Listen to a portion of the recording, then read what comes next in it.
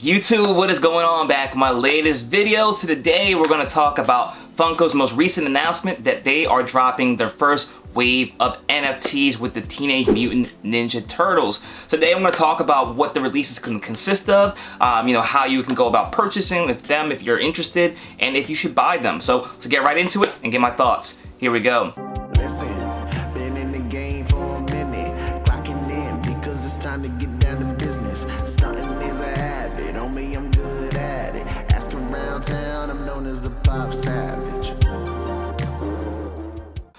Alright guys, before we get into this video, please smash that like button down below. Let me know you guys are enjoying these videos, and as always, if you're new to this channel, welcome. Hit the subscribe button down below as well so you updates on my most recent content. Hit that bell notification so you're alerted as soon as I post a new video. So like I said, today I just want to talk about Funko's announcement of their Ninja Turtles NFTs. So I don't pretend to be an expert at all on the topic on NFTs. I know this channel has talked a lot about like the financial side of Funko Pops, so I decided that it was only fitting to make a video about this. Obviously this is a very speculative thing, and I am not a financial advisor. I'm just a guy on an app in a room full of toys, so you shouldn't listen to anything I say or take it seriously. It's not financial advice at all, but I'm still going to give you my opinion on what I think about this release. I'm processing this information very recently, so excuse if this some of these takes are raw and unfiltered and uncut. I just kind of want to make this an open discussion, get your opinion, and I'm going to share mine as well. But off the bat, I'm kind of impressed with Funko with their release. So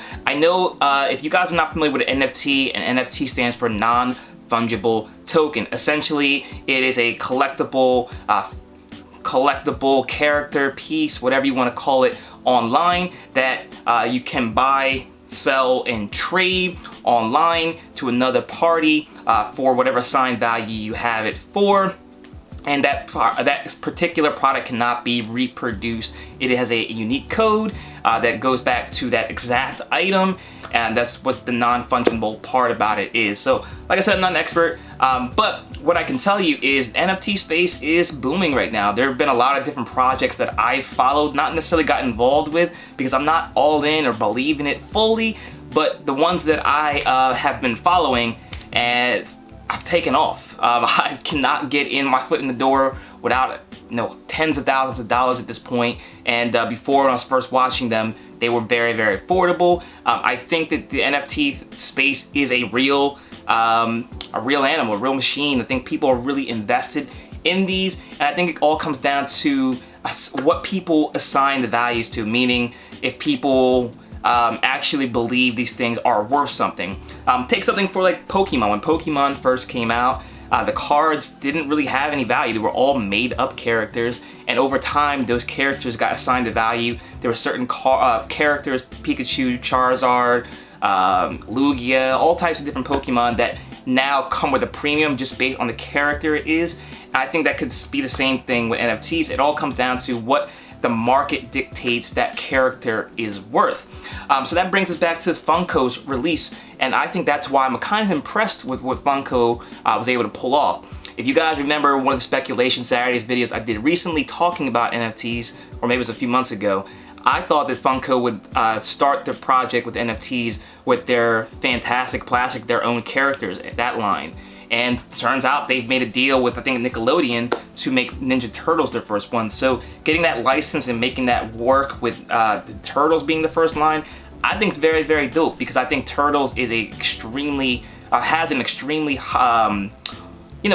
great fan base. There's a lot of people out there that collect Turtle stuff, so I think this is going to cross over to different collectible hobbies, comic books, Turtles, and Funko. So I think they're definitely going to have somewhat of an interest in these products. So let me let you guys know the breakdown right here. I'll put a picture, if I can find it right there, of the chances of getting each product from Funko. So the way they're doing it is on August 3rd, they're going to be releasing a couple packs. They have a regular pack, a standard pack, which is going to retail for $9.99, and then they have a premium pack, which is for $30, $29.99. And each of these packs have already minted Funko NFTs in there, meaning that they're already allotted each character to that specific pack. There is certain amount. Each legendary one, I think it is, and each grail one is limited to a certain amount. So there will either be in the regular pack or the premium pack, assuming the premium pack has better odds to get those higher stuff. It doesn't really say too much about why you would get the premium one, other than the standard has 5 digital pops in there, and then the premium has 17. So, the odds would be in your favor for the 17, getting the premium pack. So it's up to you, what you would decide to do. But here are the odds right there. I'll show you guys the odds and the breakdowns of what you can get. Now, the common pops are going to be 49% chance, so 1 out of every 2 is going to be common. Then you have the uncommons at 27%. You have the rare ones, which has a 14%. The epics are 8%. The legendaries are 1.63 chance, and you do get a physical redemption for those. And the grail is 0.37 chance, and you also get a physical redemption. So the grails, I believe, are limited to 999 pieces, and the legendary ones are limited to 1,467 pieces, and there's a Freddy Funko, which is limited to 2,160 pieces. So I think it's pretty cool to have the grails, the highest level in their line, being available for redemption, because as far as I know, in other NFT products that I'm aware of, you don't really get anything other than a digital product for your money. So it's really cool that Funko's able to provide a physical product if you hit something big such as that. Now, obviously, the chances to get them are very, very small. It's, point something chance to get the grail and 1% chance, 1.6% chance to get the legendary. So it's going to be a really hard thing to get. So overall, my thoughts on this, so I think it's cool. I don't think it's good, bad. I think it's cool. I think Funko executed this better than I thought they would, just because I didn't think they'd be able to pull off this kind of deal. And I think the pops they have look pretty cool. If you guys have looked online, their blog they have for it right now, the pops actually move, so there's actually an interactive piece to it, which is good, I guess. The bad I can say, the question I would have is, does anybody actually want physical or digital Funko Pops? And that's a question I want you guys to answer in the comment section below. I asked on my Instagram. I'm gonna check right now live and see what the poll is saying. Based on the poll, I can see, let's see, there's 57 people who voted, and 26 are okay with the idea, like the idea, and 31 are no. So the majority says they don't like these digital Funko Pops. So that's a question I would have to ask if you're going to purchase these, is if you get them and you're getting it for an investment purpose and you just are trying to flip them or whatever, or you're trying to get a long-term value for it. It seems like most people don't care about it. But on the flip side, I think there's going to be a gambling aspect to these, where people are going to want to try to open these to get those rare Funko Pops. And I think that's where I think Funko did a good job, is even if they don't become a long-term investment, as far as the business side of it, they did a good job at kind of tapping the people's gambling instincts and trying to get people to buy these to get the Funko Pops, which I think is really good on their end. I personally am going to try, at least to try to get them. I like the turtles. I think turtles are really cool. That Donatello Funko Pop, or Leonardo Funko Pop, they had the Grail one. It's really, really dope.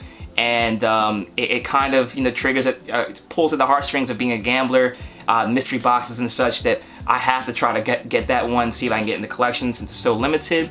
But I want to know what you guys think. If you got that limited edition Leonardo digital pop and you got the redemption for the physical pop, would you then get rid of the digital pop? Because I want to know if people actually care about the digital version of even the Grail. So just spitballing right now, just want to know your thoughts, give you my thoughts in real time about this as well. But if you're interested, Funko is actually allowing you, if you sign up to the website that's going to be facilitating their NFTs, which is Wax Digital, they have a Discord that if you sign up by August 2nd, they will give you a free pack of promo cards. Now, I don't know if the Grail ones are going to be in there. It's going to be made up of commons, uncommons, not really sure at all, but they are giving you that opportunity. As of filming this video, the Discord channel is down, so definitely keep continuing to check.